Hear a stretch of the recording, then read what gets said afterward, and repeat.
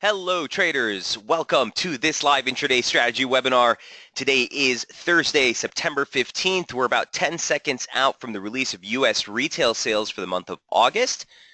You see those numbers in the bottom right-hand corner of your screen, about 5 seconds out here.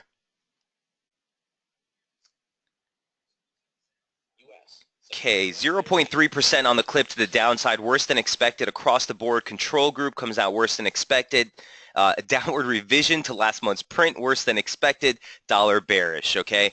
None of this data here is going to bode well for the Fed's decision, which is on tap next week. Keep in mind, before you get all excited on any dollar crosses, we do have the main event for the week on tap tomorrow with the Consumer Price Index, CPI, a gauge of inflation, which is, again, one of the Fed's main concerns at this point, is on tap tomorrow. But certainly this is not a good sign for consumer spending. Advanced retail sales, again, getting downward revised. The headline print got upward revised, but everything else pretty much a downward revision and weaker than expected, showing contraction for the month of August as opposed to the mild gains that we were looking for. PPI on whole is pretty much in line with expectations. Wouldn't expect that to make any market headlines at this point.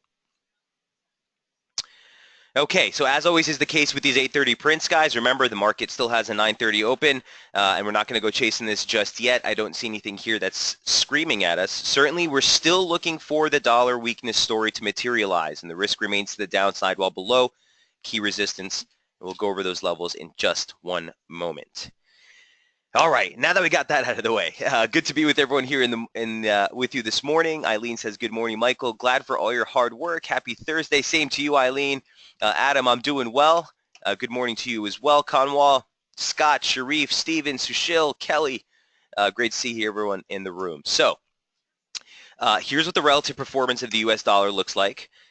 We got the BOE interest rate decision this morning. They held rates as expected. No major change to policy there.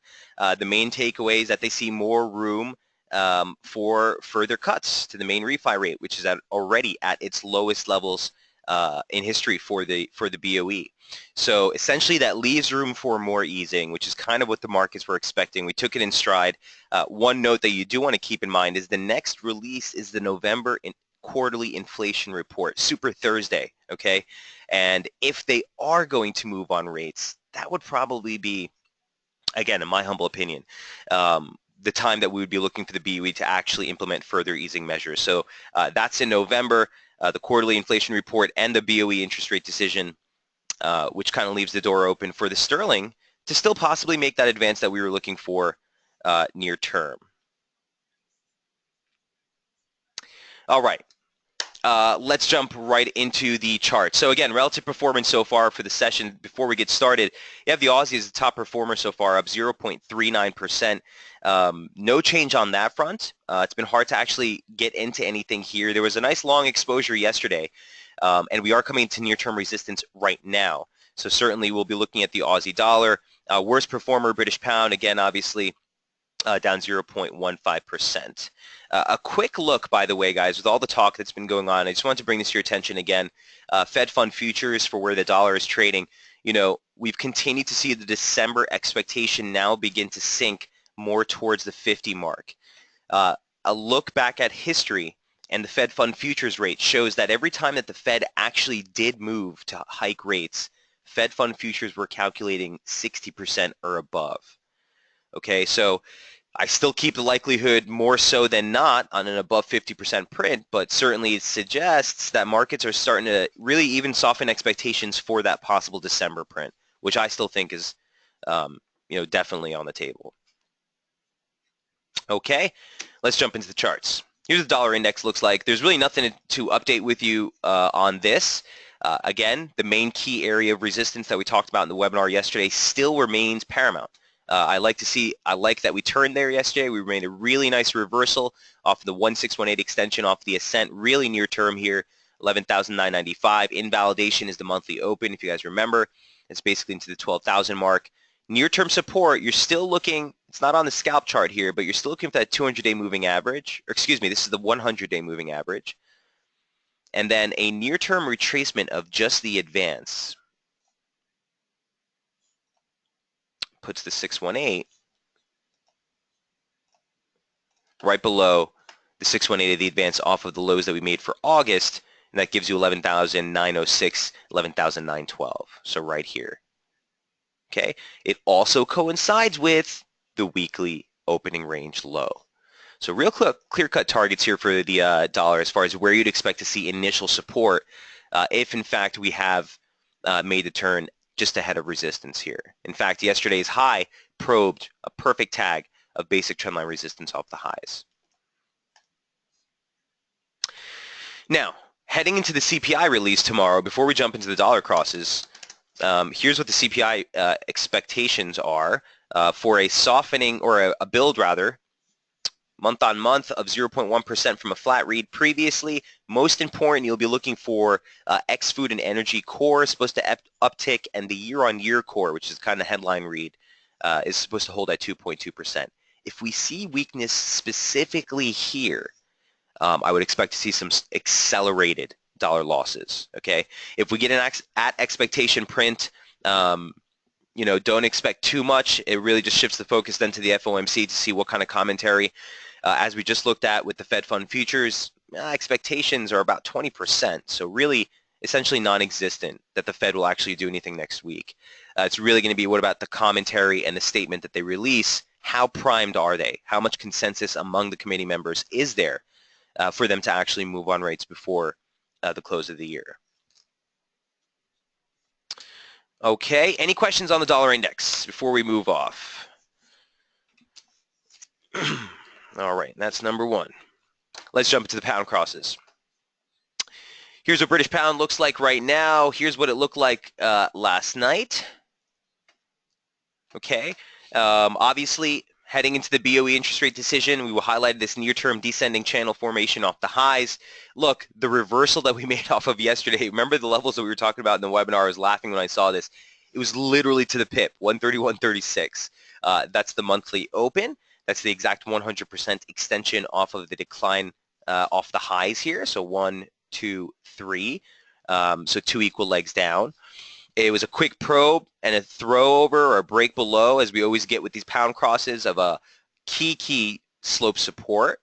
And the reversal took us right through the previous session highs. Okay, so that's bullish. Now, obviously, the BOE held. They didn't do anything, but you did see the sterling move on a real jackknife type of activity here. So I haven't had anything on. I didn't want to go into the BOE with anything on, but I'm still looking higher while above this median line.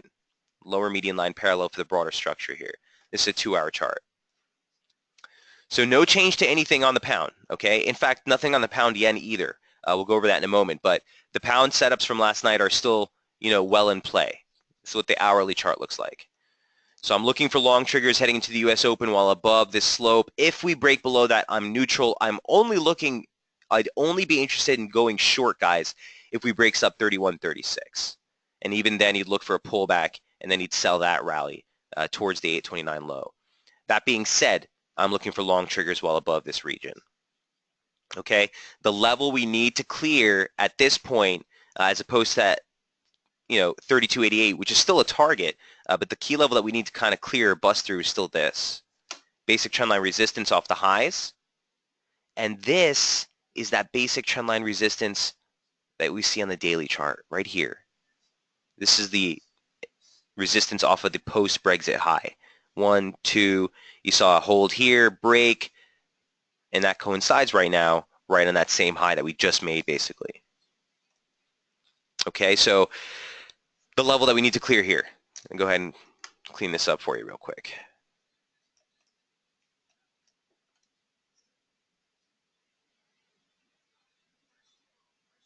And at this point, for the purpose of the scalp, we can go ahead and get rid of this. You're going to focus on this main trend line that I just highlighted on the daily chart, and that's sort of your breakout zone. Okay, if we get a break there, you're looking for 32.88, 33.27, the median line, and if we kind of clear the weekly opening range highs, sayonara, 34.65 is the next upside target here for the pound. I wouldn't be surprised if this thing doesn't make the move heading into tomorrow, guys. Again, keep in mind the CPI print. It's going to be pretty big for all dollar crosses. Kelly says, I took the long on the pound at 131.84. on your scalp or on your scalp chart. 131.84. So I don't actually have that. I don't think I have that highlighted as a level. 31.55 is the level, but either way, you got a really good entry on that. Heading into the U.S. Open, again, Kelly, I wouldn't put it past this thing to make a move back into that region, right into your entry. So I don't know if you want to pull your stop just below maybe these swing lows here, but I am looking for that sort of hold here if we can get it. Let me look at what near-term price action looks like. Give me a sec.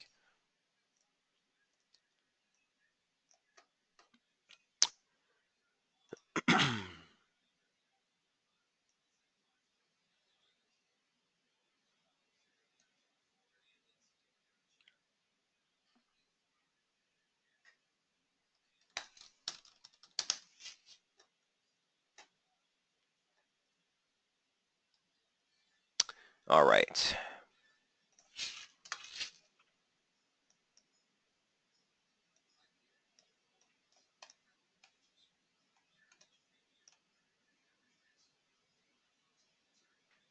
I like it. I like it near term.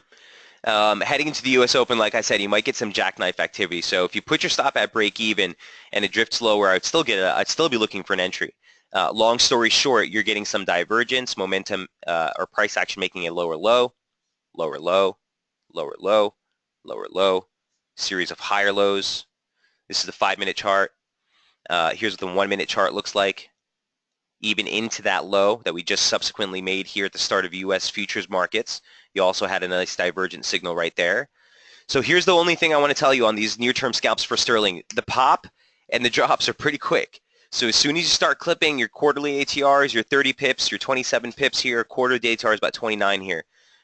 Do something, okay? Take a little off the table and play it very defensive with the pound, specifically as we head into the U.S. Open. If we break the session highs for London, it's very encouraging here to see some sort of continued rebound higher in sterling.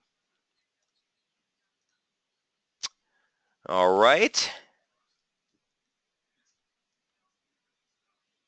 And certainly from the swing side of trades, they're long already, right? We're long on the swing at 31.95.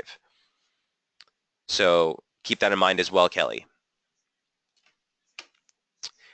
Any questions on sterling before we move off? No change to that update. That's number 2. Watching close. Thanks. Yeah, cheers, Kelly.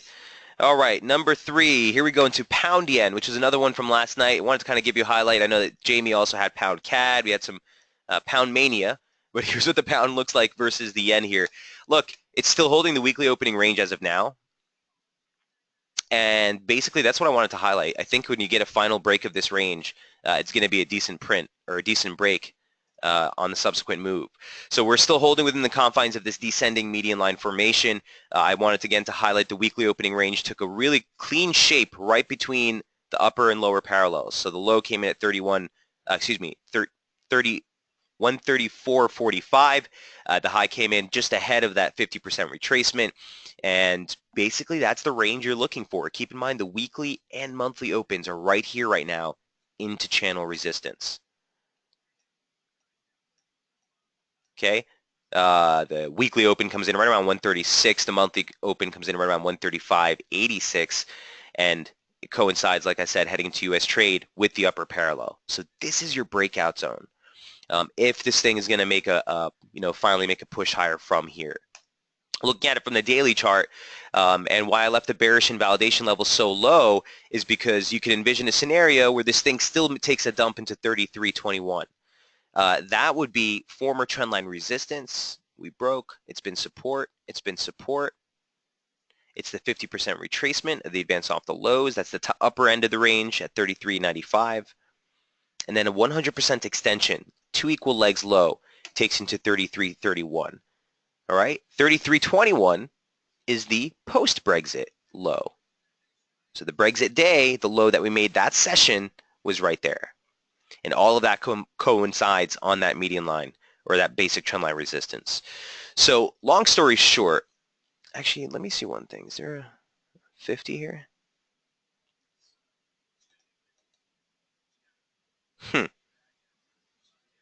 That's interesting. Okay, so a 618, I just kind of eyed this out right here, a 618 of the range actually gives us support against the last two lows we just made. Let me add it here. Interesting. Not something I'll stress per se, but it further highlights the importance of this near-term range. So, Mike, what does that mean heading into the close of the week here? Look, you could play this as a range until it breaks, selling at support or selling at resistance, buying at support. I'd rather be long from a lower level. So if we do get the downside break, I might not be interested in actually taking the short trade, more so looking for a spike low somewhere in that region right above that Brexit swing low at 33.21.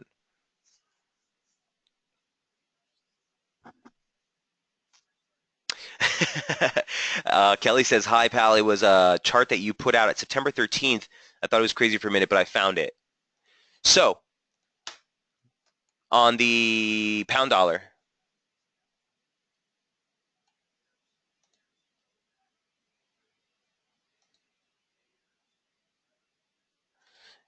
okay. Keep in mind, Eileen, Kelly, I put the updates for a reason. So the most latest chart is what I want you guys to stress.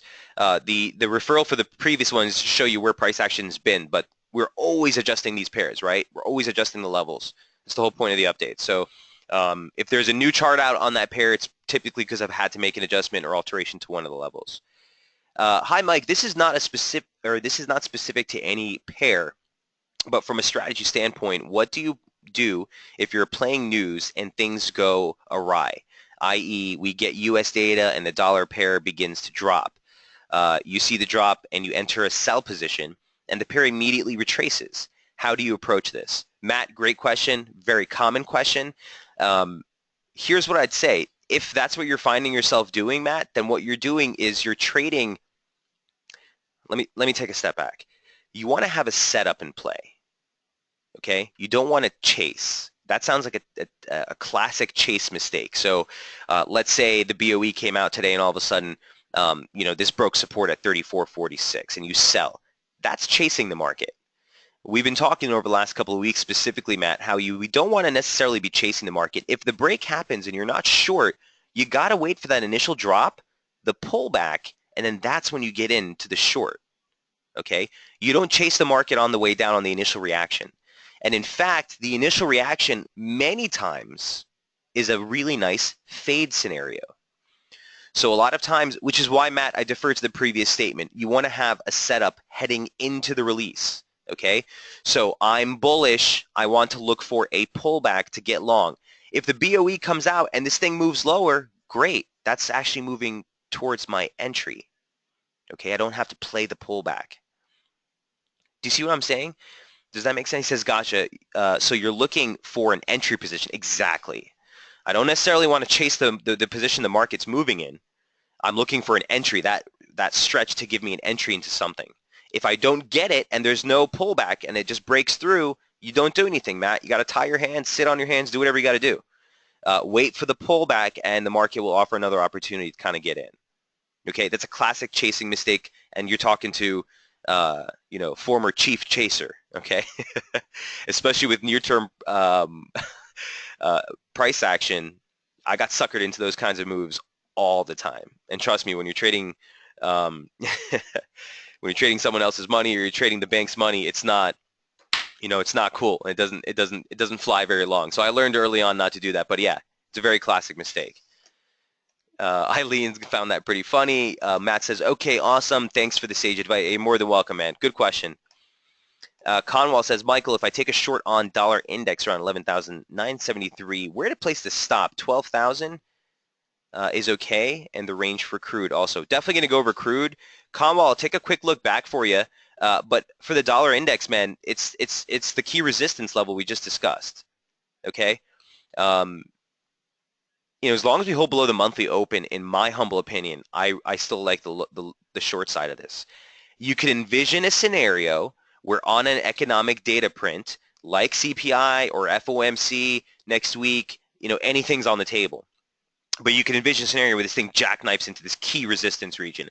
I don't like that scenario because we've already made a high there that would invalidate the 200-day moving average, the monthly open. So I don't like that scenario, but My focus is lower below the 200-day moving average and the monthly open. So you're basically extending it to 12,000. The open was 12,004. All right, Conwall? And we'll definitely take a look at crude in just a moment. All right, any questions on pound and pound yen? To be, okay, as a disclaimer, I'm flat. I haven't had anything on pound dollar, or pound yen rather, yet. I kind of, it's a little bit shy away from this pair just because of the ATR being so wide. So you kind of want to really cherry pick those entries on pound yen. Let's see if we have anything near term, by the way.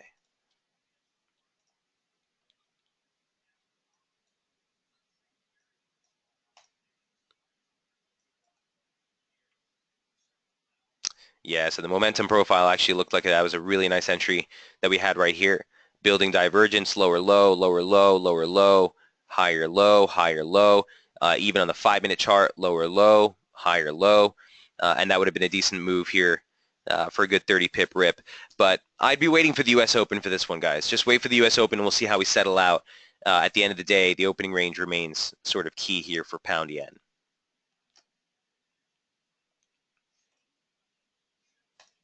Are you still waiting for a lower entry for sterling?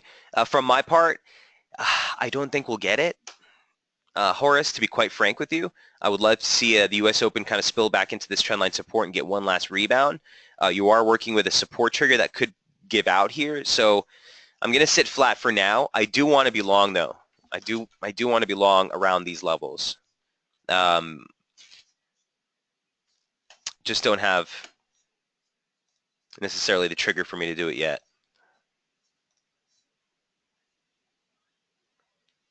Well, hold on.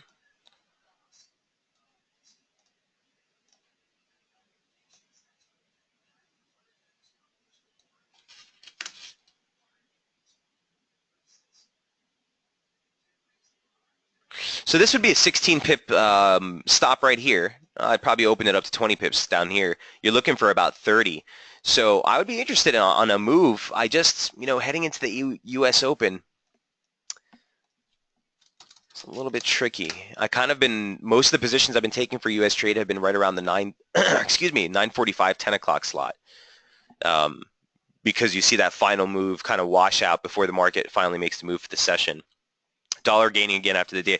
Yeah, I mean, again, Sharif, like I said, I don't think the dollar data that we got today is going to be lasting in that you'll see a big move or impact on the dollar price action ahead of tomorrow's more important CPI release.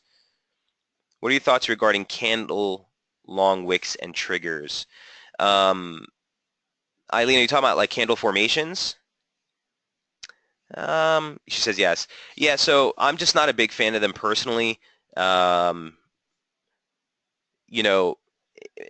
Here's the thing, Eileen, I don't want to, poop on anyone's parade, for lack of better words. There are some people who love using candlestick formations. I'm just not a big believer in getting too rigid with them. For me, it's more about the tell of what price action is doing. So an outside day reversal candle, right? They'll call it an encompassing candle or an outside day, whatever terminology you want to use. This is more important to me than actually, this had, a hammer today or this had a doji. Dojis are very telling because the market shows indecision. It made a high, it made a low, closed unchanged. So these kinds of things are good when they are happening at extremes in price. And that's where I think people start to fall off with candlesticks. I don't necessarily care that it made an outside day, but an outside day off of resistance or an outside day off of support, different ball game. I don't really care that in the middle of a range we made a doji, but a doji at a high or a doji at a major support level, that makes something I'll pay attention to. So Eileen, I don't plan a strategy on it. I don't put too much emphasis on it, but certainly when a formation sticks out at me and we're at a key level in price, it becomes something, further evidence to support your thesis. Okay. Conwall says, thank you, Michael, for preventing us from making silly mistakes. Cheers on that, Conwall. I appreciate it. Matt says, Mike, what's your long view of sterling, i.e., no, the BOE said no Article 50 this year, but that's invoked early next year. Wouldn't that torpedo the pound? Well, Matt, I mean, it depends what you're asking me, okay? If you're talking about what the initial reaction will be, sure. Yeah, pound's likely to take a dump when it comes out. Does that mean that, we're going to parity? No. Just like the Brexit, I personally didn't think that they were going to actually vote to do it. They did. The initial reaction, pound plummeted. Sure, for another week, why not? But even down here, at a major, major long-term trendline support, people were saying, oh, Brexit, Brexit, Brexit, you got to sell, right? The market's not going to just go in one unilateral direction and just shoot to hell. So yeah, I mean, Matt, I mean, if we get the Article 50 invoked and we start to get a little bit more clarity, or specifically if we don't get clarity, sure, look for a massive pound sell-off. But I'd be looking to buy that dip ultimately because I think the whole thing is kind of overdone at this point. And remember, that's one of the single largest drops that we've seen. Yeah, I agree. He says, gotcha. So another dip into a buy entry? I think so. I think so. Again, we'll have to reassess it, Matt, where we are in price. Do you know what I mean? From these levels, if they were to come out with Article 50, let's say in January, if we're trading around these levels, sure, I'd be looking for a fresh low, in fact. But if we make it above the Brexit gap, if we make it above 140, I don't think necessarily that washout would take you quite as low. Remember, the larger, longer-term implications of Brexit are still very, very foggy. They're not really well digested by the markets just yet. He says, okay, gotcha, thanks. More than welcome. Okay. Any questions on any other pound cross before we start to move into the Aussie and the other dollar crosses before CPI tomorrow?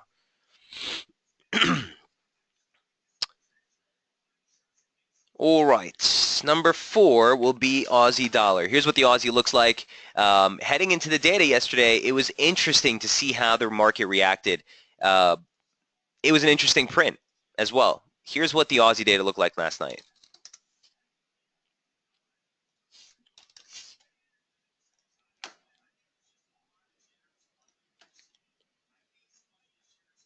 Okay. The overall employment change was a horrible print, negative 3.9 thousand. Much weaker than expected. We were looking for a clip of 15,000. But there were a couple of caveats in the play. The fact that most of the gains came by way of full-time employment, remember we talked about this here in the webinar, was encouraging. The previous month, you saw a contraction of 45.4 thousand in the full-time employment sector, and all the gains were part-time. So you saw a slight upward revision for last month's read. You saw a build on the full-time employment, and the unemployment rate dropped to 5.6. Now the caveat here is that people were looking at this initially and saying, oh, well, unemployment downticked, full-time employment uptick, not bad, right? Well, the participation rate contracted by 0.2%, okay? And that is the lowest participation rate since March of last year. Not a good thing, right? So if the participation rate, guys, which is simply the ratio of the population that's actually included in the labor force, if that contracts, it puts artificial downward pressure on the headline unemployment rate. Okay, so certainly from Australia's point of view, the data was kind of a mixed at best, but certainly not a positive. So I was still looking for the drop, even after the data. I was looking for the drop into support, the major critical support that we've been looking for, a little bit lower near 74, 73.80. Didn't get it, stalled out real tight. And this was the only trade that was actually decent last night. You saw momentum hold 40. You saw 75.52 hold pretty well. It had a decent trigger near-term momentum. Pop side it goes, right back into resistance. Now for me, I'm still treating this as a range. Okay, so I don't have anything on. I just want to see this range break. Ideally, it breaks to the downside. You get an opportunity to get long. If it breaks above the monthly and more specifically the weekly open, which converges on the median line, that would be the breakout play for me on Aussie dollar. Sharif says, he says, why are you bullish? Sharif, why are you bearish? You know why I'm bullish, Sharif? For this reason right here, my friend. Okay, look, we got to stick with trend. We got to stick with our discipline. Our discipline is the technicals. I know, we could bring up interest rate expectations here for the Aussie, and you'll see that there are expectations that we may see further cuts to Australia's main rate. Probability of a cut doesn't really mount till like mid next year. Actually, yeah, about mid next year. So there's no expectations for any type of near-term easing. But Sharif, I mean, look at the cleanliness and how on point this formation, how fruitful it's been for the last, this dates back to, last year. It caught the highs. It caught the lows. I mean, you can't make this up. Okay. On the peaks that we made just over the last 3 months, this is a sliding parallel of the same slope. Caught that peak, caught two of the peaks we made last month, right? So right now you're coming into, and the ideal scenario, like I said, would be here for one reason. You have the 200-day moving average, big pivot in price, 618 retracement, the advance off the lows here, trendline support, and again, we've already seen basic trendline support off that. So there's a lot to look at.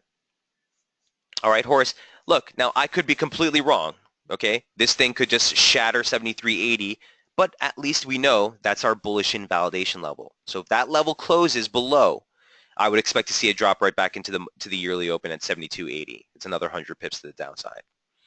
But as it stands right now, you're eyeing a big support at 73.80 into 74, and that's what's highlighted right here on the intraday chart. All right. So the immediate focus. Okay, here's what the 2-hour chart looks like. Let me just zoom out a little bit. The immediate focus is off of that, high that we made. Sure, it's in a near-term downtrend, but you're coming into longer-term structural support. Horace, does that make sense? He says, got it. Right on. He says, yes, thanks. Okay, cool. And Sharif, we're on the same page. Great. So we are short-term bearish. So Horace, I think I got your questions mixed up, guys. Horace is saying, so we are short-term bearish. Within the confines of this decline, yes. Okay, which is why I was telling you guys in yesterday's piece, ideally, I want to get a drop into here, but I do want to be long against this region. So it doesn't make sense for me personally as a scalper or near-term intraday trader to take a stop, it's over 100 pips to the downside. So if we get that drop, a much more area of interest for me to look for long triggers. With that being said, if we don't get that turn and we get a raised floor type of deal, we would need to see a break above the weekly open to really validate a shift back to the long side of the trade. Make sense? Sharif says, I was looking for, or I was looking at the price action since rejecting off 77. So 77 was huge, yeah. 77 was massive. And again, don't forget where we turned from, Sharif. That's a basic trendline resistance that dates back to the 2013 swing high, specifically in April. Boom, boom, boom, right? Not only that, but in fact, the level of which we turned at was so clean because that was actually the yearly high day close. It's a big region of resistance, long-term trendline resistance. So yeah, the kickback, the pullback, the rejection, the correction off that, sure, it could be steep, it could be stern, but it doesn't mean that the overall broader trend off the yearly low is invalidated, right? That's still intact. Hi, Michael. What sort of targets are we looking at if we enter long? So Roy, if we do take a long position, you're going to look to play the same targets we're looking at now. So on a break to the downside here, the initial target would be right back at the 50 line, these swing lows, so 74.50, and then again, right back at the median line that you see here in red, coming off these lows. Same slope, all the same slope, guys. This is the same slope you're seeing here in red. And you just work your way right up through the levels. Now, Roy, to be fair, once we get a little bit more of a conviction low, meaning a real strong turn in price. I mean, we're seeing, we want to see some divergence or a trigger break. Once you have conviction that you've made a low, the first thing I would do is tack on a quick retracement and see where those levels match up with price. But as it stands right now, all things held constant, yeah, if you get that low and we get a long entry, these would be your first triggers or your first targets to the upside. Roy, does that make sense? He says, gotcha, thanks. You're more than welcome, man. All right, so I know it's been a quiet snoozer session here a little bit, but we'll see if we can't get some moves here heading towards tomorrow's highly anticipated CPI release. And that was number 4. Let's jump into Kiwi Dollar. Oh, the Kiwi. Kiwi, my Kiwi. I haven't touched this since yesterday. I was involved in a short here late in U.S. trade. I kind of booked it right ahead of the close just because I was a little concerned here ahead of, obviously, the GDP release. The GDP release did charge one last drop, but it held at the monthly open. So right now, this thing is a battleground between the weekly open as resistance, which converges on basic trendline support, now resistance right here, and the monthly open, which now converges on basic former channel resistance. Not going to really stress this, guys. This is really near term. It's very messy here, but the monthly open is right there at 72.47, 72.48.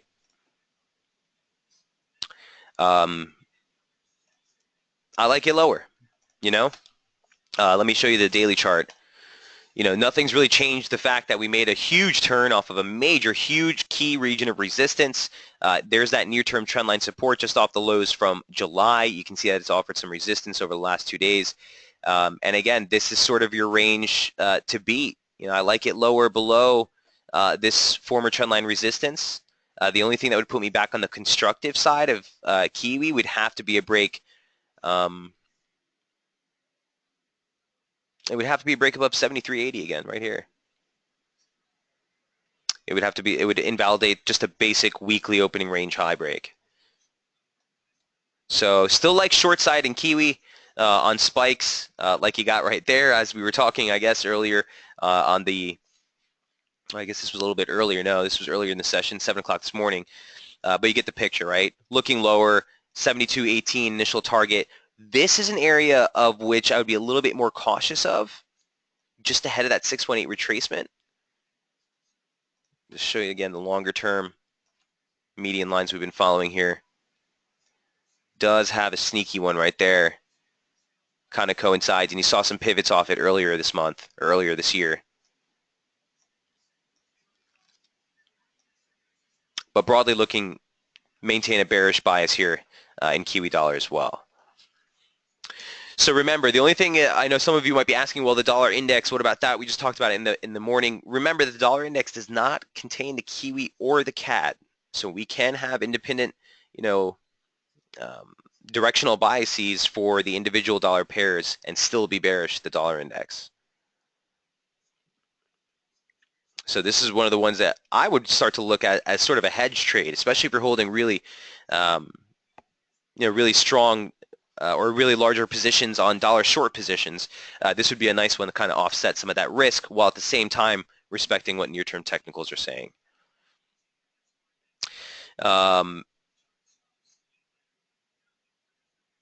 GDP was broadly in line last night with New Zealand, so I don't think that's something worth of note. Keep in mind we get the RBNZ on tap next week, and it's going to be an awesome week for Kiwi trading because you get the FOMC interest rate decision, and hours later, the BOJ. So 1-2 punch for the Kiwi next week is likely to be pretty intense. So keep that in mind. The Kiwi reminds me of my past bipolar girlfriend. Can't tell what the hell is happening. Kelly, I hear you. Well, I don't want to make any comments on that per se, but sometimes near-term price action can do that. And again, this is just one of those where it's not really respecting this near-term technical formation. It is respecting horizontal support and resistance, so I'll just continue to focus on that for now. I like it lower below the weekly open. All right, any last minute questions on Kiwi before we move off? All right, that's number 5. Number 6, let's take a look at the loonie. No change really here. I don't have any long exposure on. Don't have any short exposure on. The last time we talked about this was yesterday. I had taken that short, remember, and we got limited out. Luckily, right before it ripped higher, I was telling you yesterday in U.S. trade, I was still looking for some short exposure just because you were getting some ongoing divergence. You're still getting that. Another high in price and another lower high in the oscillator still has me really weary of trying to chase this. And to go back to the question that we had earlier, I don't remember who asked it, if it was you, Matt, but this is a perfect example, right, of a trade that, you don't want to chase. Always take a step back and just look at it objectively.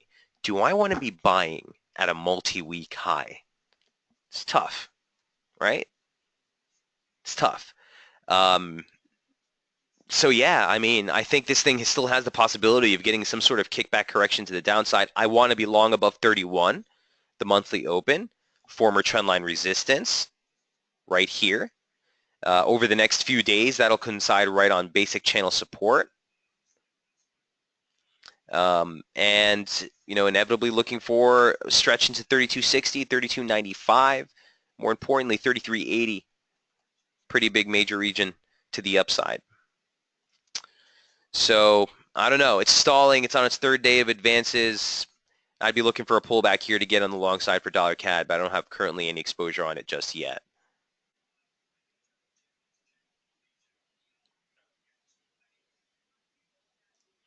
Matt says, I totally see that. You probably just saved me a lot of money. Cheers, Matt.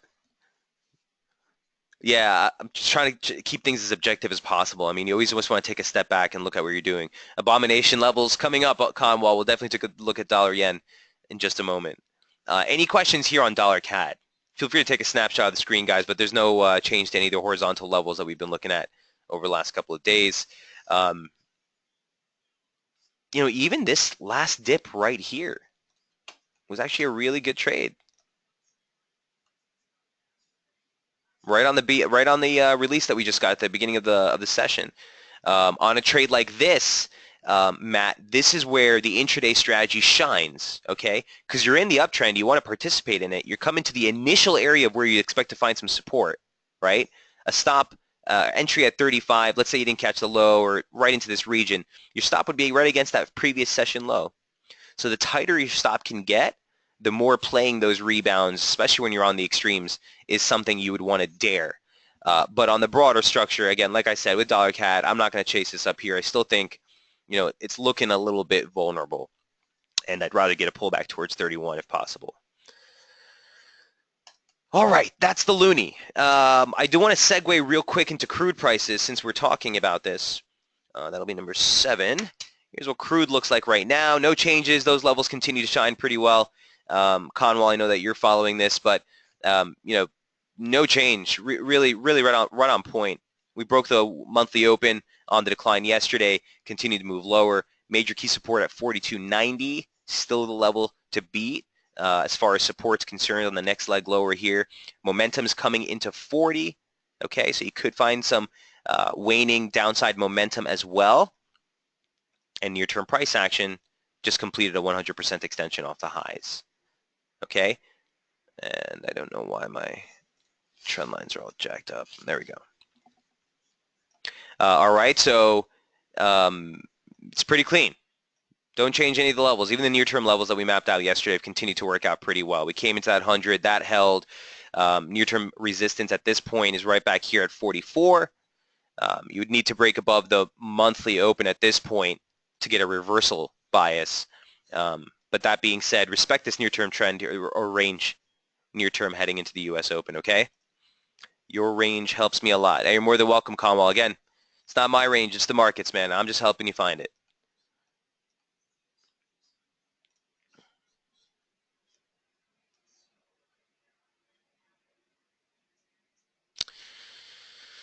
All right, that is crude. I do want to segue real quick and just touch base since this last webinar of the week of the other setups that we went over this week. So we've covered dollar index, sterling, sterling yen, Aussie, Kiwi, dollar CAD. I do want to just touch base really quick on Euro Aus. This was a trade that we highlighted earlier in the week. The structural formation has just been astounding. This thing is just like holding like no one's business. But it has been hard to intraday trade. I'm not going to lie. The focus that we talked about well, I guess let me just bring that report up. Earlier in the week,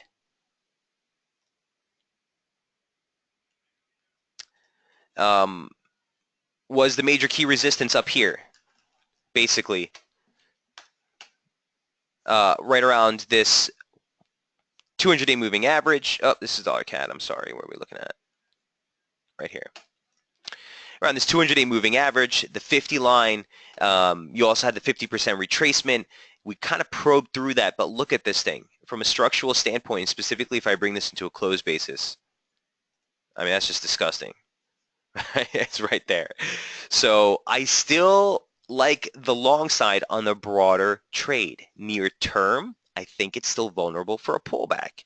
Momentum is saying that with divergence here as price action makes a higher high and the oscillator makes a lower high. We're starting to sink back below 60, and really if that holds as resistance on a last stretch higher here, that would be a nice, in my opinion, evidence that you're likely to see a little bit of a kickback again before this extends higher. Keep in mind that this median line, again, caught the highs for last month, late last month on the 19th. With all the confluence that we're seeing here and the 200-day moving average, I'd like a pullback to get an opportunity to get back on the long side.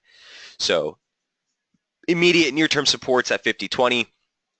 I'd be looking for the former opening range high, this pivot here at basically 49.90, I want to say.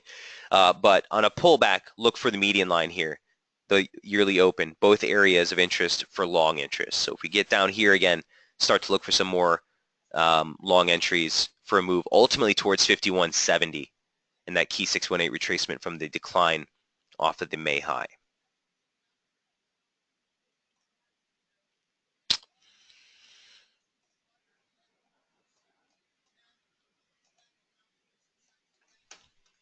Any questions on Euro Aus? Nice wider range ATR as well. Great trade. Just kind of want to wait it out. Again, as objective as I can, right, Matt? Don't want to be buying here at multi-month highs, so we'll see if we can't get some pullback to get into that one. Conwall, I got you, brother. Here's dollar yen. 7 is 8, dollar yen is 9. Yenski. So before, as a disclaimer, before I do this, you know where I stand on the yen, right? I haven't been a big fan of what we've been doing with price action lately, although the levels continue to hold. So let me take a sort of gauge here. Here's a 4-hour chart, just to give you a little bit better of a picture of what we're looking at. So we introduced this setup earlier in August trade, as you were seeing a multi-week consolidation here into the bottom part of what we thought was a decent median line formation from the start, just because the second tag found support right there. So it broke to the upside. Cool, right? Long side was favored until 103.50.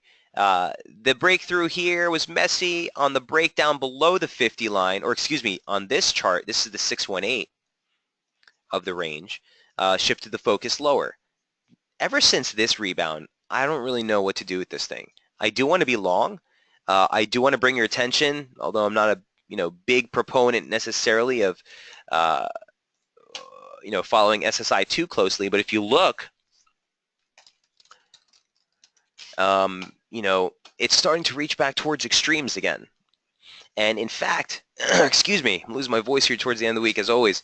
In fact, as SSI builds, I think that price action could still be at risk for making one last low. Look at the low that we made here earlier in August trade. This was, I guess, right before August trade, right? SSI had reached into just sub 5. So for every one trader that's short, there was 5 that was long.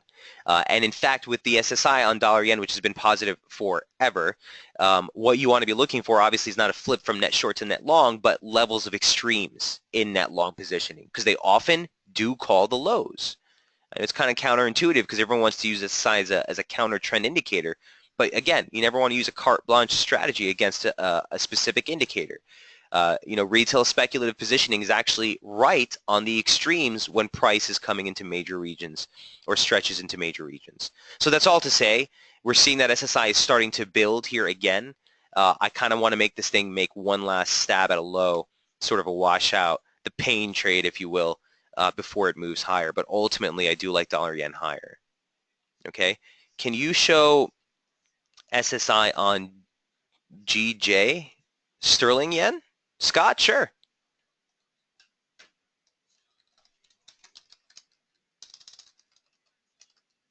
There's a sign sterling yen.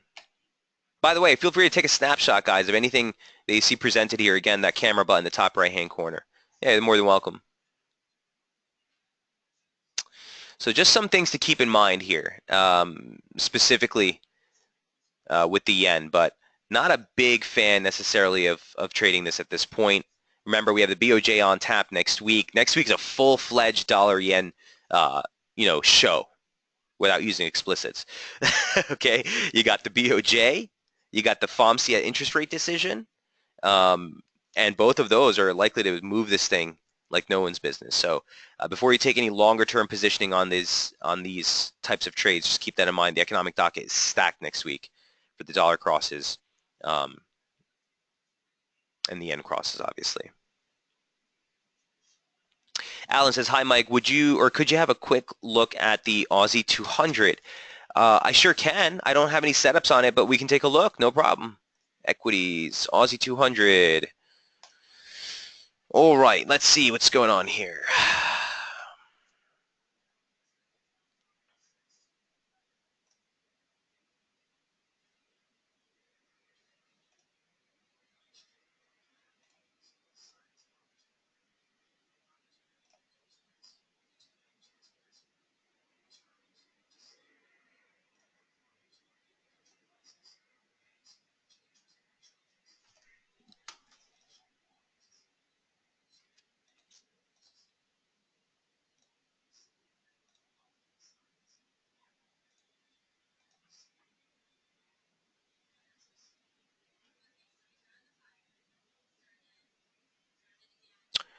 Well, that's dangerous, isn't it?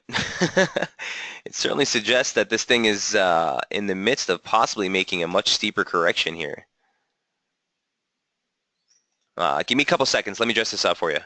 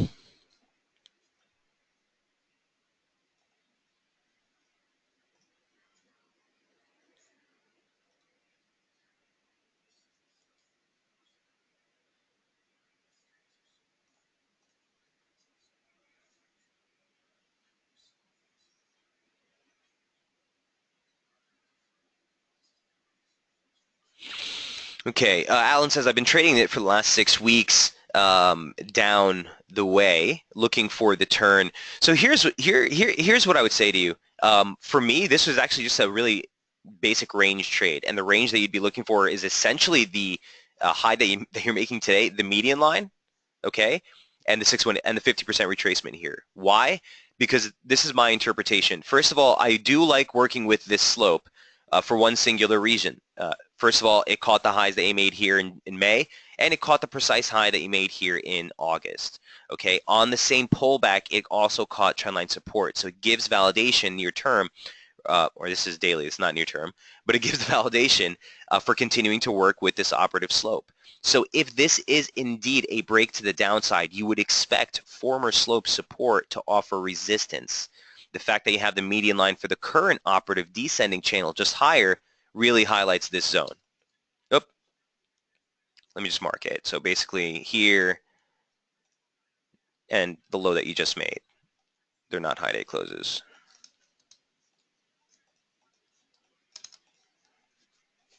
And that's how I'd be looking to play it. You know, if we do break back above the median line, you're looking at a possible correction or a possible sort of rebound rather.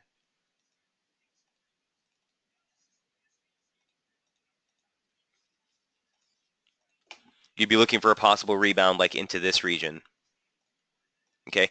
Now, again, this is all very preliminary, Alan. I'm just doing this right on the fly, man. I haven't even looked at this chart in months, but just kind of a quick reference of what I would be looking for. If we do break this region, I'd be looking for that correction there. You have the swing lows from previous, the monthly opening range low, essentially, just higher. You also have this swing low from back in June, so a nice region of resistance. If we break the downside, you're looking for continuation down to that 618. And that coincides dead on with the low day close from back here in June.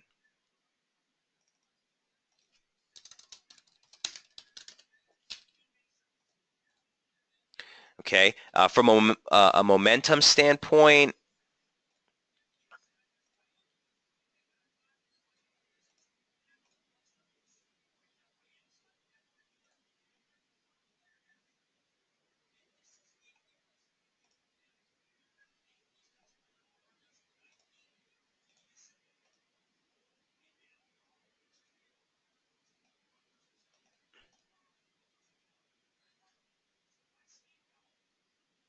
yeah, momentum standpoint, you're also showing a little bit of a sign of a I wouldn't even call this divergence per se, but it is divergence. You know, you're making a slightly higher high. The only thing is it's sub 30, so these tend to be weak signals. But the break back above 30, if we close here today, would actually be a near-term sort of rebound signal. But long story short, that's kind of the focus range I'd keep in mind for the ASX 200, at least for now. Alan, does that help? He says, thanks, Mike. Got it. Awesome. Awesome. Euro dollar, please, if you have time. Did we not cover euro? Jeez. Where is my head today? Aussie 200. Got the best of me. Here's euro dollar. This is number 11. Here's what the euro looks like right now. Standard euro dollar. Scott says, it amazes me how fast you put together a chart. That would have taken me an hour. Years and years, Scott. Years and years, my friend. So euro dollar looks like, oh, the euro. Yeah, this is why I haven't been so excited about it. This thing is so frustrating. Look, I mean, the weekly opening range is intact. I like being long. It adds further conviction right now for there being a little bit more of a stringent support at that 23, excuse me, at 1230, 1240, 1230, 1229 level, excuse me. It's been a pivot so far this week, but it coincides with this median line. Listen, this thing has been back and forth, and it really hasn't been on my menu this week.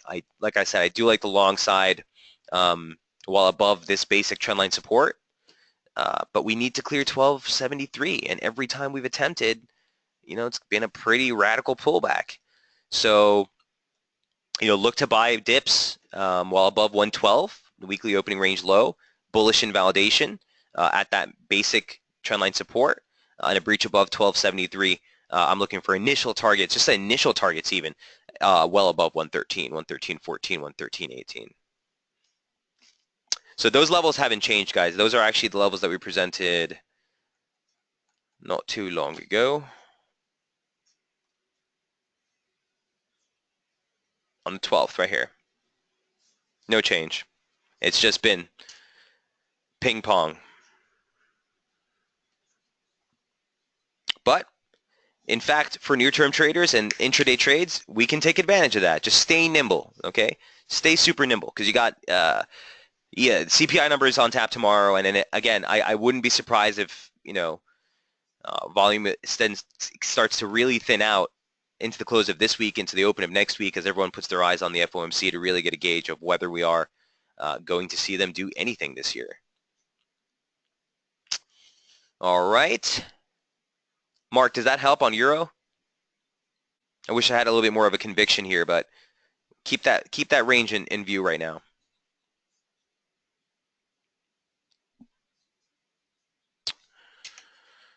He says, good, thanks. All right. Okay, guys, so if there are no other questions, or if you do have any other questions, feel free to throw them on the message board. If there are no other questions, we will wrap it up here. We might be a little bit light on the Twitter handle, guys. Jamie is actually traveling to Nashville, of all places, today, so we wish him well on his travels, but we will have our updates out later tonight. As always, we will see you next week. Best of luck trading into the Friday release. Again, remember that CPI release tomorrow is likely to shake things up for the dollar. Last question, where can we get currency strength? I'm not sure what you mean by that, Sushil. You mean like the strongest and weakest performers on the session? Yes. So there is an app that you can get called Strong Week app. I think FXCM has it on FXCM apps. I'm not sure if it's free or not, Conwall. You can always feel free to tweet at me, and I'll be more than happy on the SB Squawk to tweet what Bloomberg is showing. I can't tweet that on my normal handle, guys, for licensing restrictions, obviously, but you know, you can always ask me. But either way, look for that app. I think it's free. You can get it on FXCM's platform at this point. Um, And I'll keep an eye out for you, Sushil. You know what? I don't really know. I have a couple of things that I use, but they're all you know, subscription based. Conwall says gold bias. Yes, my friend, gold looks like this real quick. No change to any of that as well. In fact, I got a little bit more confirmation. Let's just say there's some people in the markets, guys, that you know don't really, I'm not going to bash anyone, but there are some people who are starting to get bullish, which are making me a little bit more bearish. So I like the drop still possibility to the monthly open back to 1302 before all is said and done. Ultimately looking for a much more steeper drop in gold to offer a longer long position. You know, the broader trend still remains way to the upside above that 1302 level. All right. Thanks for another great session, Michael. Have an awesome day and see you next week. Same to you, Adam, Eileen, everyone here in the room. Best of luck trading to the end of the week, and I'll see you all next week. Have a great weekend. Cheers.